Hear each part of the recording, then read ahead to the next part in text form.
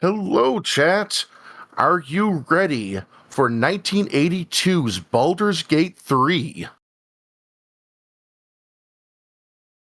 About that. Yes, Uh, Mike. we have very few bears in this one. Um, actually, no, that's the first game that has a bear. No, this is definitely not Baldur's Gate 3, unless someone has made a really awesome demake of it. I would love to see that. No, this is the equivalent of Baldur's Gate 3 in 1982. That's what I was Oh getting yes. at. In terms of Um, cultural impact. oh, definitely, absolutely. I mean, what do we have here? We have time travel. We have a destroyed planet. We have an apocalypse. We have a time of legends. We have a battle against a sorceress. It's great. It's a We good got a time here. sick dragon on the title screen. Oh yeah, great. The best graphics that four colors can conjure up. Well, let's be fair. Yeah, that is a impressive VGA dragon they got there. I think we're back. I think we're back a couple of letters. It's CGA, I Oh, it's believe. CGA. That's right. Yeah, Yeah, there's this is color graphics, man. Not video, color. There's a whole and look at enhanced bit in those. it. Look Oh at those yes, colors. fantastic. Yeah. Before I begin, my name is Organ Mike. I want to greet from Turtle Island here. This is our weekend of celebrating Indigenous culture, and I want to recognize that I come from Treaty One territory, traditional homeland of the Inninewak, Asininu, Anishinaabe, Dene, and Dakota peoples, and the heart of the Red River Métis Nation. So where I live, work, stream, and play is land that was traditionally belonged to those peoples. And with respect and reverence, I would acknowledge the stewardship and care of the land by those who came before, and the continuing struggles and challenges they face imposed by colonialism and its continuing legacy. So I feel that's important to say before I begin. Normally that just runs up on my stream, but this isn't my stream. This is yours. So pixel perfect. Nice to be here. Good to have you, Mike. We're gonna get in on this thing. Um, And just tell me when so you're ready to start the timer. For sure. Timer will take a bit. So first thing we need to do is stop this demonstration. I pressed D for a demonstration. So I'll show you. If I go to play a game, it says no character on disk. The game hangs. There's nothing I can do here except close it and reopen it. So so that's what we're dealing with. Uh, so create a new character. We're going to put in. We've got 90 points to distribute. Minimum is 10. I can't put in 6. It will just clear off. So it will be 14 strength and 36 agility and 10 across the board. Otherwise, stamina determines nothing as far as we can tell. If you add together your charisma and intelligence, you can get, if it crosses a certain threshold, it reduces prices at shops. Wisdom impacts your ability to cast spells. Um, so it's we're not going to be doing any of that anyway because spells only work in dungeons and towers, and we don't go there. The other thing I'd like to point out is we see that number of strength as 14. The computer is not looking at it that way. So back in 82, there was something called binary coded decimal, which a lot of programs used. So if you were to turn that 14 into a decimal number, it would be like an 8 plus a 4 plus a 2, so 1110. And if it was a byte-sized number, it'd be 00001110. Cool. This is a binary coded decimal. It takes each of those digits separately. So it looks at the 1 in the tens position, says, okay, that's a 0001. And it looks at the 4 and says that's a 0100. As a 1 and a 4. That's great. Put them together. Make sure you've got a program in there to turn that 1 plus that 1 and that 4 into a 14 so the computer knows what it's looking at. That program is not there.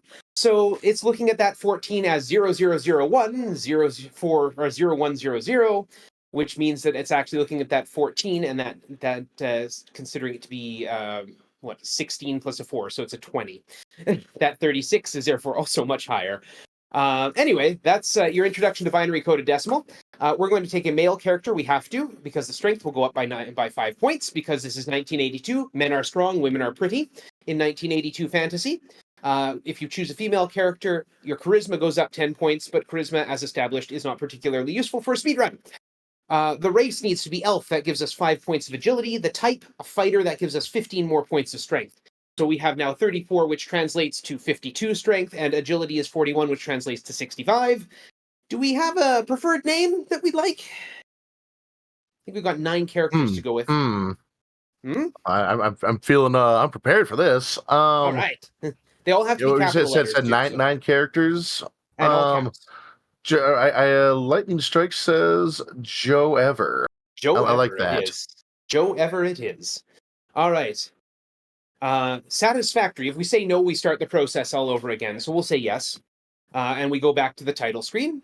And this is important because if we try to create a new character, it says not a blank player disc and the game hangs.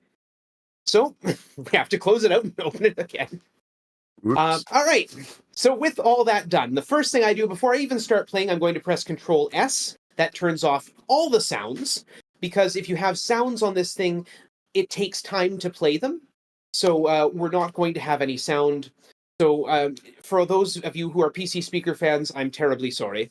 All right, now we're going to start a game of Ultima 2. Hopefully, it will be the only game of Ultima 2 you have to deal with. Otherwise, if something goes wrong, I've got to close it out and reload.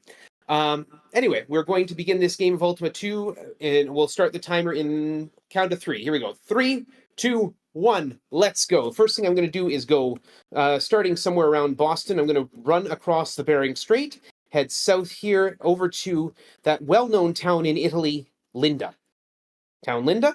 And we're going to start by going over to the armor shop, and we're going to try a steal. This is a slight optimization if it works. If it doesn't, steal armor. Got chainmail. Fantastic. That's great. That will mean my chance of getting hit is reduced. I need to come over here to the weapon shop, and I need to steal a weapon. Did I get a light sword or a phaser? Nope. Nope. Nope. Nope. One of these, if it says no luck, I got a light sword. Fantastic. That's a great start. If it says no luck, it's possible that it will summon the guards. We don't want that. That means a reload. So we're going to come over here to this village. This guy's a thief. He wants to sell us a watch. We're going to just kill him. There we go. That guard over there, he's going to come at us if or when we land a blow. But damage in this game is deterministic. So every time I swing, I'm doing enough damage. That's why I needed a light sword or a phaser. Every time I hit him, I'm doing enough damage to kill him in one shot. If I did less than enough damage to kill him in one shot, so long as the guard is north of him, we're good, we can get out. Then if I did less than enough damage to kill him in one shot, then he would run away and the guards would come after me and I wouldn't be killing him. But I want to Yeah. kill him. I'm pretty sure light sword is supposed to be stand-in for lightsaber, and Yep. phaser is exactly what you think it is. Well, kind of. This is all. It's just how it rolls. Yeah, there's a little thing about phasers. See, this game doesn't actually have any support for long-ranged weaponry. So your phaser is the best bludgeoning weapon in existence. It still relies on your strength to do damage, and it's hand to hand. So that guard was too close. So we're going to come up here. We need food. You'll notice that there's a food counter below my hit points. It's ticking down every couple steps. If that ever hits 0, I'm dead instantly. There is no recovery. So you can actually get into situations where the game is completely unwinnable. So you can soft block yourself and have to completely restart your run if you wind up in a situation where your food runs too low for you to get to a place that sells it or a place that you can steal it from. So here's the deal. The reason you haven't been seeing me do a lot of saving or loading is because this game saves every time I change maps. Hello, please contact. There we go. So every time I go out of the town, every time I go back into the town, the game saves my state. So I don't have to worry about continually saving and loading and trying to make sure that, if the guard catches me and beats me up, all I have to do is close the game out and reload. If I run out of food, I'm in trouble because the food is a long way away, and look how quickly it ticks down. The money this guy is giving me is somewhere between 1 and 17 every time I kill him. I want as few 1s as possible and as many 17s as possible. I don't know how to manipulate this, if it's even possible to do so. I'm just going to kill him as many times as I can. We used to kill this thief to get up to over 3,000 gold. I found a better grind, so we only kill him to go to... The number I look for is 1658. And that number is 1,508 gold to buy a reflect suit, because we're going into space, and if you go into space without a reflect suit, as everyone knows, you explode. Right? Yeah, you got to That's reflect how... them solar rays. Yeah. NASA spent years working on the reflect suit. Come on, food. Oh, good. There, we got a couple. Okay, when you see the guards moving like that, you know you've tripped the alarms. Once the town is on alert because you've attacked someone or because you've been caught stealing something, I've got enough food to get through this. Once the town's on alert, you can't possibly steal anymore. They're just watching you too closely. And the guards are coming after you, so that's also a bad time. So yes, we need 1508 for a space or for a reflect suit for a spaceship. We also need some money to buy hit points because that's how you heal in this game. You talk to Lord British, who is sitting in his throne in London. Whether you go at this time, we're currently in the distant past, not the very distant past. There's one era further back, the Pangea era. We're in the distant past of 1623 BC or something like that. Um, and Lord British is sitting on the throne in London. He's also sitting on the throne in London in the present day of 1990 AD. He doesn't exist in the Pangea past. He doesn't exist in the aftermath future. Oh yeah, there's a plot in this game. So Minax, the sorceress, when we she was the protege and lover of Mondane the wizard, who we killed in the first game. She was upset about that, so she tracked us down to Earth and screwed up the timeline. Hidden herself in the time of legends, opened up these time doors, and caused World War III and a nuclear apocalypse. What was on everyone's mind in 1982, right? So people should have been paying more attention. That's the year I was born. They should have been celebrating me instead of worrying about a nuclear apocalypse. Would have been more fun anyway. So our job is to go and undo the timeline mucking about that she's done. So we have to go and hunt her down in the time of legends.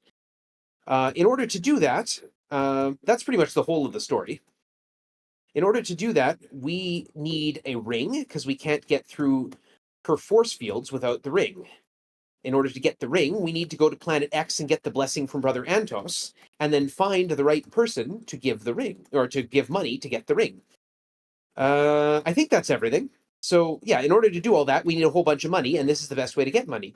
What are the other things we need? We need some various items. And the thing about killing a thief, even a thief in town like this, is it gives us a bunch of random items. Every time we kill him, he gives us a random item drop. There's a bunch of useless items, but there's a few that we definitely need. We need that guard's too close, making me nervous. We need a blue tassel, because without a blue tassel, you can't sail on a pirate ship. And we need to commandeer a pirate ship. We Obviously. need, yeah, oh yeah, for sure. You need a skull key, because that's what lets you into an airplane, and we need an airplane. You also need brass buttons, because airplanes won't fly without brass buttons. You need an Ankh to get into a spaceship, and we need trilithium crystals to fuel that spaceship. Trilithium crystals are found at the top and top of towers and the bottoms of dungeons, but they're also, because someone didn't program and think about it, thieves will give them to you. I've got 7 trilithiums. I need 6. That's great. I'm also looking at strange coins. I have 7. That's just barely enough. I've got everything else I need. That's not a problem. Strange coins let me stop time. I will be taking no further questions. That's We a don't pretty have to go strange here. That's coin. yeah. We don't have to go there anymore. Normally, I would go there to buy my reflect suit, but I stole the chainmail, so I don't have to do that. We just need to go straight through this time door to the present day. We're now in the present day of 1990. We're going to go spend some money, talk to Lord British. Talk to him 3 times. 1, 2, 3. You give him 50 coins, and he gives you 300 hit points. That value changes to avoid a rollover. When you cross 5,000 hit points, it goes down to 200. And when you go a little higher, it goes down to 100. We're going to steal some grass, because that's going to tick off the guards. There they come. I need to kill a guard, because only guards carry keys. And the We reason I came here to encourage Port touching Boniface, grass, but yeah, these guards, they're not about it. yeah. And the reason I came to Port Boniface specifically to do that is because, oh my goodness, that guard beat me up pretty badly. Is because guards in town, well, creatures in town, we're going to negate time here. 1, 2, 3, 4, 5, 6, 7, 8. So things aren't moving. But in town, whoops, going to board the ship. We're going to make an attack, and we're going to use the ship's cannons to start shooting things. In town, every enemy does an extra 100 damage in addition to what they would normally do. That's the guard that's invulnerable. I'm getting real low on points here. I'm not liking those numbers. Okay, we are going to negate time to get around these sea serpents. So In towns, everything hits you does an additional 100 points of damage. In castles, it's 200. So it was better to go to Port Boniface. Anyway, we're here at New San Antonio, the only town in America. There's two kinds of guards. There's one that say pay your taxes, and others that say nothing. The ones that say nothing are indestructible. You can't actually land a blow on them. That is attributed to them being Minax's mutants who have been secreted in. We're going to buy a reflect armor here. We're going to wear it. Who've been snuck into the towns to act as spies. Really, I think it's just a glitch they tried to justify. We're going to negate time to go around this fighter. We're going to board a plane, and we're going to launch it. And we're going to fly to Australia, which, as everyone knows, is north of the US. We're going to take the time door to the Time of Legends. We're going to fly up here. We're going to kite these monsters all the way up to the north. And we're going to take this time door to the distant future, the Aftermath. We're going to land here. This is Pirates Harbor. This is not in any way related to Moscow or the Soviet Union. This is the only surviving place in the Aftermath. We're going to kill this thief, because by now it's habit. Going to steal a ship, and we're going to sail over here to test launch control and launch our rocket. Hyperwarp engaged. We're going to use that hyperwarp engine. We're going to go to 946.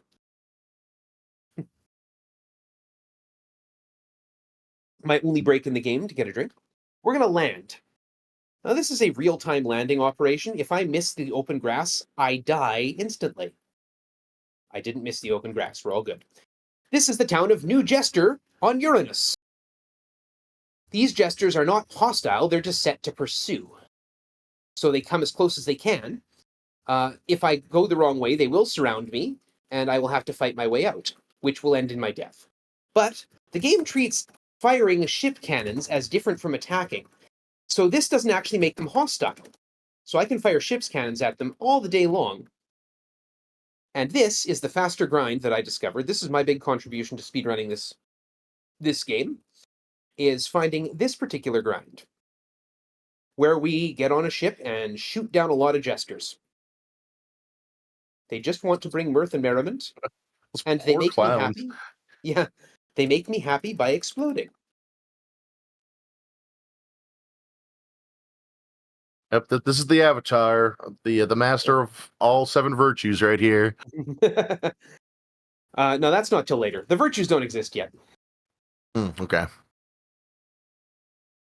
So we're going to go running up here and around. This is what we do a few times. I'm noticing my food is getting low, so we're going to go buy some more food. Yeah, that is something I do remember from the early Ultima games. That food can be a real problem, and Yep. especially for like first time player not used to having food be a thing to consider in a CRPG. So we're actually going to pay for it here. There, we've got more than enough. This is Jack in the Box, We could have gone to McDonald's at Port Boniface as well, with no concluding D. McDonald's.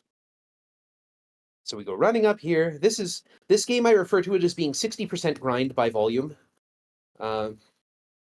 Just so you know what you're getting. If you're wondering how I move around so fast, I double fist the controls. I use both the keypad and the arrow keys, just to, when I'm going in straight lines, it makes it that much easier to get around. The other catch about doing a grind up here is, remember how I said that the game autosaves when you enter and leave locations? That only applies on Earth. You can't actually save when you're not on Earth. Which means that if something happens, if, say, I crash landing on the next planet, or I crash land getting back to Earth, all of this is lost time. So this is where the route gets dangerous, and there's no real way to do this in a marathon-safe fashion, unless I were to just go and keep killing that thief over and over and over and over and over again, which, again, is what we used to do.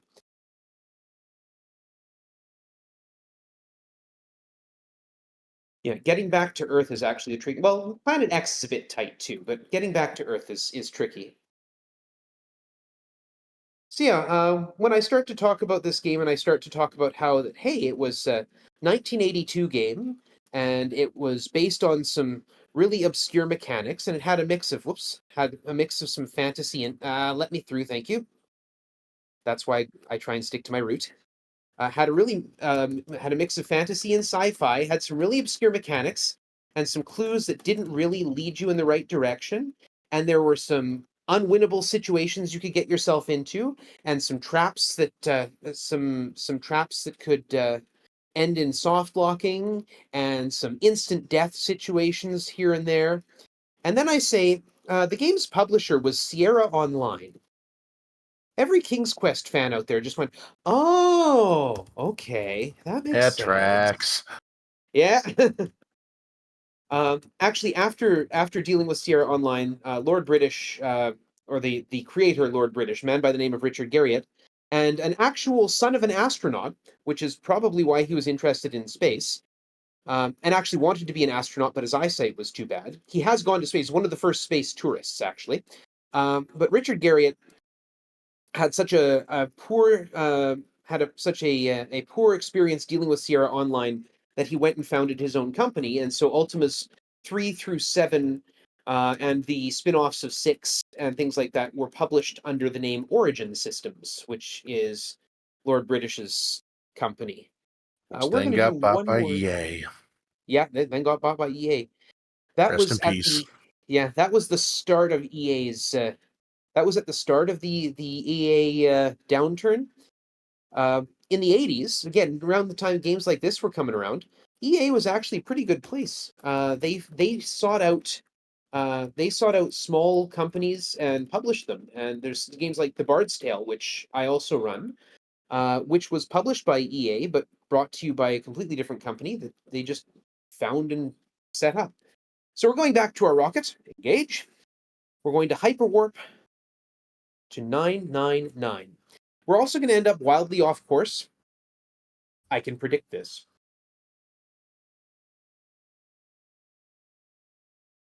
You Shout are outs to off the course. warp You're in, effect, this 1982 warp effect. yeah, which would then be, Windows screensaver, right? Yeah, for Uh, real. so it's supposed to be random that when every so often your hyperwarp drive just kicks you off to a random location, it always ends up at 711, and it's not so random. It's just when your fuel ends in a 3 or a 7. And there's the tight landing. Not as tight as the next one, but here we go. This is Ozzy's place. This is Castle Barataria. And we're going up here to talk to Ozymandias, because he does the same thing Lord British does and gives us hit points for money. There we go. We're going to save that last little bit because, again, it becomes less efficient. I'm going to do quick status check and see I have 5 strange coins. Okay, good. That's enough. I'm going to hit this guard in the face. Thank you. We're going to negate time so I can run around him. Now, negating time doesn't actually stop time. What it does is it paralyzes all hostile creatures. So you'll notice that things that aren't hostile still move around. Father Anto's chance, you have earned my blessing. Return and claim the ring. Cool. Uh, we need that. And we're going to negate time one last time. We're going to leave Ozzy's place. We're going to get on our rocket ship. Hyperwarp engaged. And we're going to use our last bit of fuel to hyperwarp to 666, which I'm sure has no meaning whatsoever. Those are just the coordinates of Earth. No significance to those numbers. And we're going to land. This is the tight landing. Got it. Okay, good. We're all good. We're going to pass time until we cross there. Love that orc just showing up. Hi. Oh, you're gone. And into New San Antonio once more. If you follow some chains of hints, you will find out that the old man under a tree has the ring. We need that ring, and we have the blessing. So we unlock with our last couple keys. There's a tree. There's an old man. And we have to offer him gold. 500 gold. It says, the ring is yours. If you just give him less than that, he just takes it. Says thank you. And one last coin to get past this guy again. We're going to, if I try to negate time now, it just says, how? You're not Einstein. We're going to launch our plane. Once more, we're going to go back to the time of legends. Oh, I missed my landing spot. There it is. We're going to fly our plane up here. And this is Minax's castle. Oh, I can't move because I'm paralyzed. The ring protects from the field. If I didn't have that ring, those fields would do 1,000 damage to me every time. We walk up here, and we very carefully move to this square. This will prompt those 2 guards to chase me down, but they follow me in a dead-on straight line, so I can trap them in the apothecary.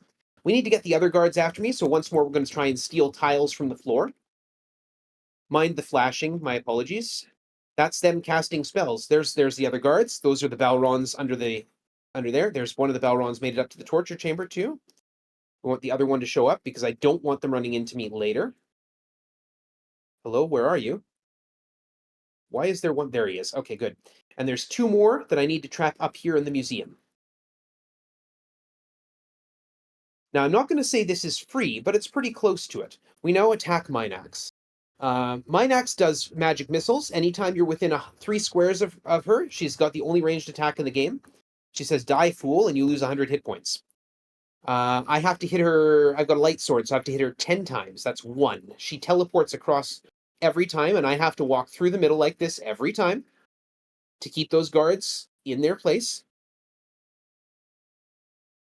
That's 2. If I keep missing, I can actually lose the game because she'll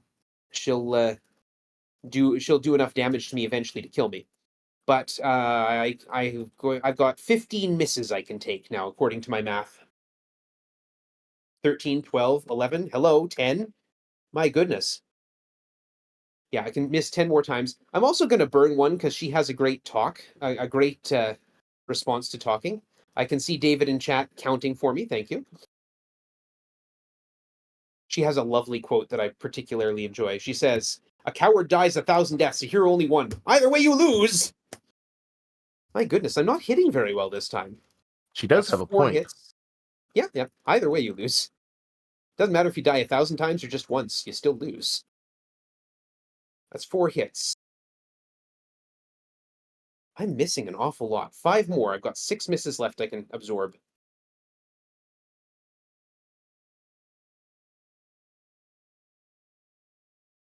Here we go.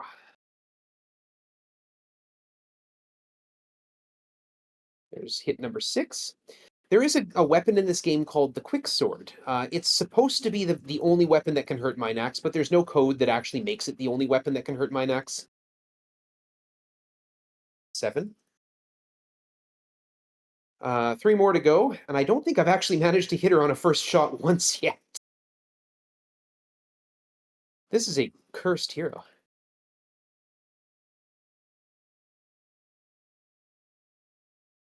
And I lose. I have to reload. Wow, that was unbelievable. Here we go. The Back Enchantress into was it. right. Yeah. Either way, you lose. So we'll lead those guards back into here. And they're stuck. It's too bad because the guard trapping worked really well. Yeah, that was smooth. Yeah. There's one. I want to see both of them there. Yeah, good. And I want to see 2 of them in here.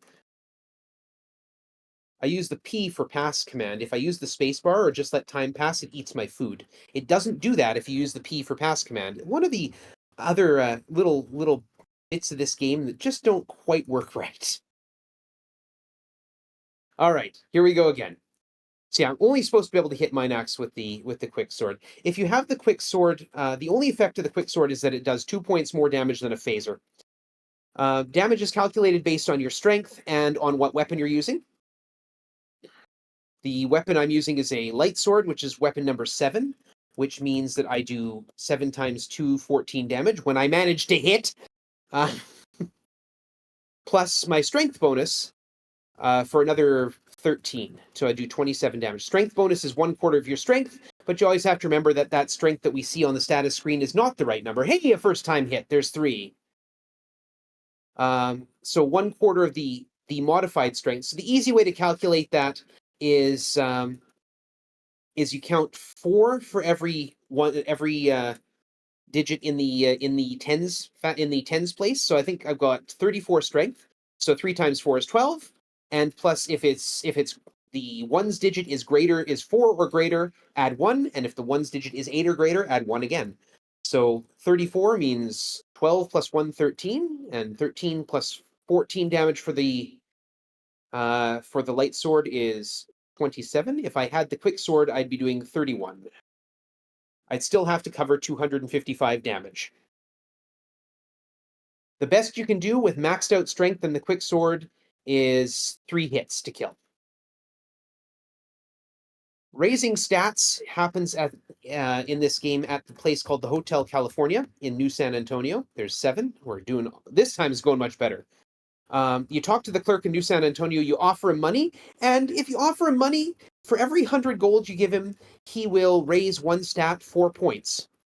Maybe. If you're lucky. Game. Thank you. That 8th hit is cursed. Yeah, sometimes he just takes your money. Sometimes he raises a stat, but he raises a stat completely at random. So he could raise your charisma. Great. Fantastic. My wisdom. I've never used a spell in my life. Okay, I've got 4 chances to hit her. Time is when I connect with hit number 10. I guess technically 5. So hit number 10 is time. So here we go. And time. Mine axe is dead. All her works shall die. You have saved the universe. GG. Thank you. Saved the universe and completed Ultima 2. Seek now to conquer wicked Exodus found in Ultima 3D 4P. And then there's a rocket ship. Yeah, that's my bread and butter right there. The Ultimate 3 Exodus on NES. Oh, The goodness. the best port, I swear. Let me know sometime if you want to learn the PC port. Exodus Yeah, is one of the more fun I'm ones. yeah, from my understanding, there's a couple of improvements here and there on the PC version of Yeah, Ultimate 3. they're very different games. But Yeah, I'm currently the only yeah. runner. I'm currently the only runner. Currently the only active runner of the first 4 Ultima games on PC, and I'm the only runner on the speedrun.com boards for Ultima 3 on PC. So I would welcome some community involvement, some challenge, someone to stand up to my evil reign. So if Yeah, that's who's something gonna you'd interest challenge in, the Lord British of early Ultima speedrunning? oh, yes. I know that you can call me the Lord British. I'm the only one, mind you. He was the only one doing it. So, but yes, do come. We have an Ultima Speedrunners Discord. It's a great time. Um, Ultima 3 is fun because there's so many different ways you can run it because there's all the different classes and there's all the different places you can get things done. Ultima 4 has such a wide span of routes available to you. The fun story I like to tell is that the other active runner and I of Ultima 4 are 15 seconds apart on our PBs. We used completely different routes to get there. Like wildly different routes and still came in within 15 seconds of one another. I also I believe that. It's like the early Ultimate games are shockingly open ended. Yeah, Like this beautiful like open world games. Yeah, yeah, this may be the ideal route for Ultima 2 here, but you in a casual playthrough, you can approach this game in so many different ways. absolutely. Yeah, this is the best that I can find for this. But there is no real other speedrun route for this one. And this game, I mean, Ultima 2 isn't a great game as a casual play, but as a speed game, it's actually pretty fun. Uh, there's a lot to pay attention to. I like old RPGs because it keeps me engaged, it keeps me active, and I'm not super hyperactive like on the reaction time. I'm really not great at platformers. I love playing them, and I love watching a good like Super Mario Brothers run. But this is my bread and butter right here. It's to play the old RPGs and to play them fast. It's a great time. Awesome. Well, thank you, Mike. This was incredible. Thank you for having me. And we'll see you again wee hours of the morning for me for Ultima 1. Yeah, we're doing this out of order, but it's okay. Don't worry about it. It's all right. It's all good. All right. And unfortunately, that about does it for me here at the Pixel Perfect Marathon number 4. This has been an absolute pleasure hosting all these runs today. Um, yeah, big shout outs to Nick and Jasper, Lightning, everyone on the staff, all the runners, all the rest of the volunteers. And I am going to leave you in the ever so capable hands of Caro. Let's give them a big warm welcome. And the rest of you, you stay safe. You have a good night. Take care. Don't die.